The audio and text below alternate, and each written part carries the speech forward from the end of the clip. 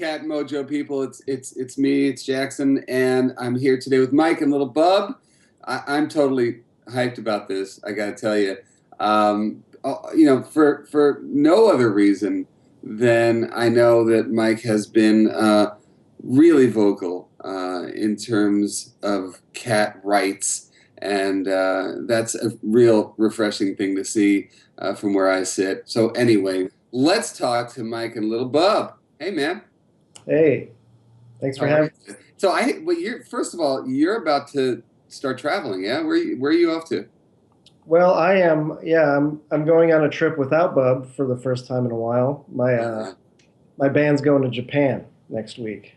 Sweet. Yep. Sweet. How many shows you playing there? Japan's pretty small, but we've got 5 shows in 5 nights, 3 in Tokyo, and then a couple in Kyoto. Nice, man. I'm a little jealous, but we'll not talk about that. Anyhow, let's talk about Bub, who is sitting there. And honestly, with all of my sort of cat whisperiness, I can tell you that Bub looks incredibly happy. And that's one of the things that I would imagine you'd be concerned about. I mean, as Bub's star has risen, you are trying also to be, a good parent. You're trying to keep her safe. Has that been a struggle? Uh, you know, um, I think most of Bub's life she's been famous most of her life, and my first priority was her health and safety through all Right. of it. So I wouldn't do anything that would even stress her out. So she's actually, I have 4 other rescue cats. None of them would even sit here for a Skype, you know. Yeah, as you can tell, I got nobody here right now. All they saw was a guy with a beard on the computer, and they're Right. in the next zip code. So. And Bub, it's not like, people are like, how did you train her? How did you do this? I didn't. This is Bub. She's a Sure. one-of-a-kind cat in many ways beyond her looks. It's her demeanor. It's just the energy she puts off. This is what she does. She's cool with it. Whenever we travel, I mean, I'm super protective. Even though I know she's at ease in a plane, in a taxi, even in a subway, I'm overly protective. I'm always holding her. I don't let Wait a second. She's been in the subway? oh, she's How been in. the hell? At what point do you go, I think Bub will be fine in the subway? You're talking in New York, yeah? Yeah, it's hard to understand until you see her and you're around her. But I can put her down. She behaves better like a well-trained dog.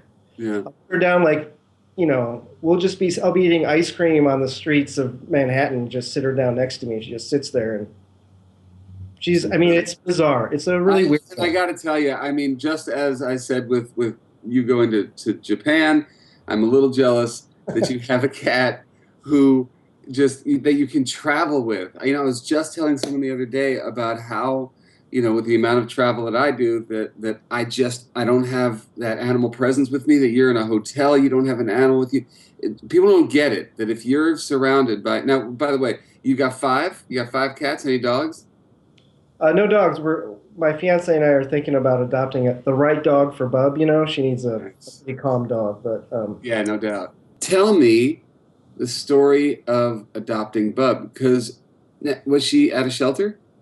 so yeah, of all my cats, Bub is one of the only ones that was not in a shelter. I So would imagine. she Yeah. was feral. She was born feral here in locally, and my friend's mom found her as probably a 1 week old kitten, a newborn, with her litter mates. And Bub was the only one that had any genetic um, weirdness, um, or I'd like to say magic powers. So she was the only one with magic powers, Yeah. but she couldn't nurse because of her oddly shaped mouth. And so this woman basically bottle fed her and took care of her. No one wanted to adopt her because they were scared. That she was so small. She was half a pound at 2 months old. Wow. Wow. Looked great. Like now she's extra. She looks very healthy, but she looked kind of a little unhealthy, very small, very weird, like a little alien. And people were scared that she would cost a lot of money and or be it would be a heartbreaking experience. And I saw her as the most remarkable little animal I'd ever seen. Like no doubt about it. Like this, I'm going to take care of this cat Yeah, because she's one of. I mean, to me, it was like I've just found the perfect cat for me, you know. yeah, And I that's didn't think nice. she'd live very long. I thought, a few months. If there's this much wrong with her on the outside, like her internals might be real messed up. And my vet thought the same thing. But she's 3 years old now, and she's doing the best. She's the healthiest she's ever been. Let's talk a bit about the concept of special needs. I've worked with a lot of special needs cats over the years. I feel, as you, I'm sure, feel that the bond that you get with these guys is even stronger. Don't tell anybody here, but that you know what I mean. That you might experience with others, and as opposed to it being a pain in the ass, it's actually insanely rewarding. I mean, I would imagine you'd agree with that, yeah? Absolutely. And, I didn't realize that when I got Bub. That's not why but that's the best part. I mean, you can tell I'm like Bub knows that I am the reason she's still alive. She's very conscious of this. I mean, I've never been, I'm close with all my pets, very close. But, Bub and I have a very special relationship for years. She moves around better now, but for years she could barely move. She was almost immobile. And she would talk to me like, I need to go to the bathroom. I need you to feed me. I want to get up on the couch. Because all these things were a surprise to me. I didn't know what to expect when I first got Bub. I didn't know she would stop walking.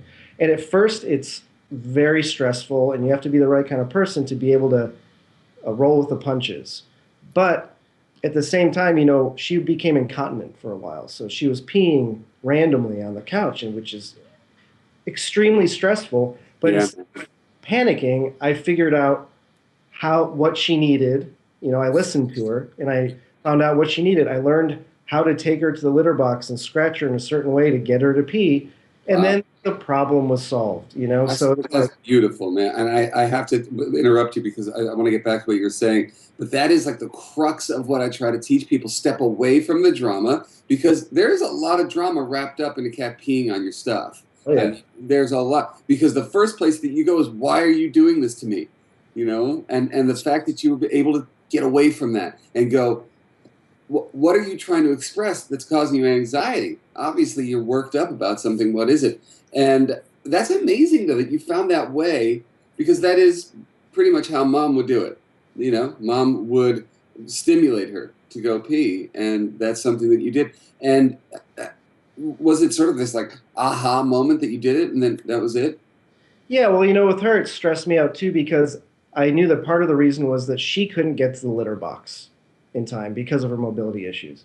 On top of that, she had crystals. There's a lot Oh, of things that factored into it. She had pain from urination earlier in life. So, but basically, I was like, you know what? I just need, people have to walk a dog. It's like I have to walk a Bub. I come home every couple hours. I take her to litter box. She's grateful for it because she doesn't like peeing everywhere. She doesn't like the house smelling. Yeah. exactly. And so, and it worked out. Now, a year later, she can get to litter box and she's learned how to pee right. Sometimes she only gets her front paws in and just starts going, but Yeah, that's yeah. at least she's trying. And I imagine that's not the only challenge that you faced with her, and that you've needed to do that. Yeah, there's been a lot of challenges with Bub, and every kind of solution has been a surprise. But I think the key is to keep an open mind and don't feel like you know, it was very easy for me to be like, you know, lost. Instead of being lost, I just was like, there's always a solution for something, and I'm going to figure it out somehow with Bub. And look at the payoff, man. Yeah, huge payoff. Yeah, I mean, it seems like. And the last question before I ask you about adoption, because I know you got to go and I got to go. But I mean, this whole snowballing that's happened in terms of the public eye with her. And by the way, love your book. I haven't seen much of anything else, but I do love your book. But are you at all? Are you shocked? I mean, do you step back for a second and be like, my cat's doing this? It's been very fast. It's been like almost 2 full years since it's been going crazy. And I think what I've said is the weirdest thing is when it stops being weird. This is what I do. This is my job. And I talk to people that don't realize that about it, like it's this normal thing, and they're like, Yeah. "What are you talking about, man?" Yeah. What do you do for a living? I'm a bub wrangler. Yeah. That's Yeah, what I do. I have one of the most famous cats in the world. You do, and it's. I think it is the most brilliant thing that your most famous cat is how others would see a quote special needs cat, and that to me, her being a poster child for redefining normal is the best thing in the world. Give me, or give our watchers, our listeners, our Team Cat Mojo, tell them any tips that you might have about adopting. Well, first and foremost, I realize what some people don't realize is that some people don't know that it's better to adopt. Yeah. There Yeah. are way too many cats that don't have homes. There's absolutely no reason not to adopt a cat. And with technology, you can find the kind of cat you want. If you're looking for a specific type of cat, there's Pet Finder. Go to your shelter, tell them what kind of cat you're looking for. They'll let you know if it comes in. Yeah. That's first. Second, these cats are going to be extra appreciative because they've been sitting in cages. They don't have a home, and they want one. They're domesticated cats, so if you give them the right attention and bring them home, they'll be forever grateful. And when it comes to special needs pets, Bub is special needs not because of the way she looks, but because of her special diet, because of her mobility issues. So just remember that even though you might find a cat like Bub that looks exceptional or weird or special, don't get her because you think she's going to become famous. You should never get a pet for that reason, and we Yeah. teach. No stage moms. Yes. Bub decided to become famous on her own, and I'm just here to facilitate that. Normal cats do not get famous. Right. But they will. Special needs pets includes blindness, even old age, feeling That's a great leukemia. point. Yeah, I mean, it's beyond just like funny looks or dwarfism. Special needs means that they require more attention than our cat Spooky here, who's like a super athlete who runs around and plays with stuff and has no issues. But incontinence, all sorts of things, and those are the pets that are most likely to get euthanized, and the ones that need.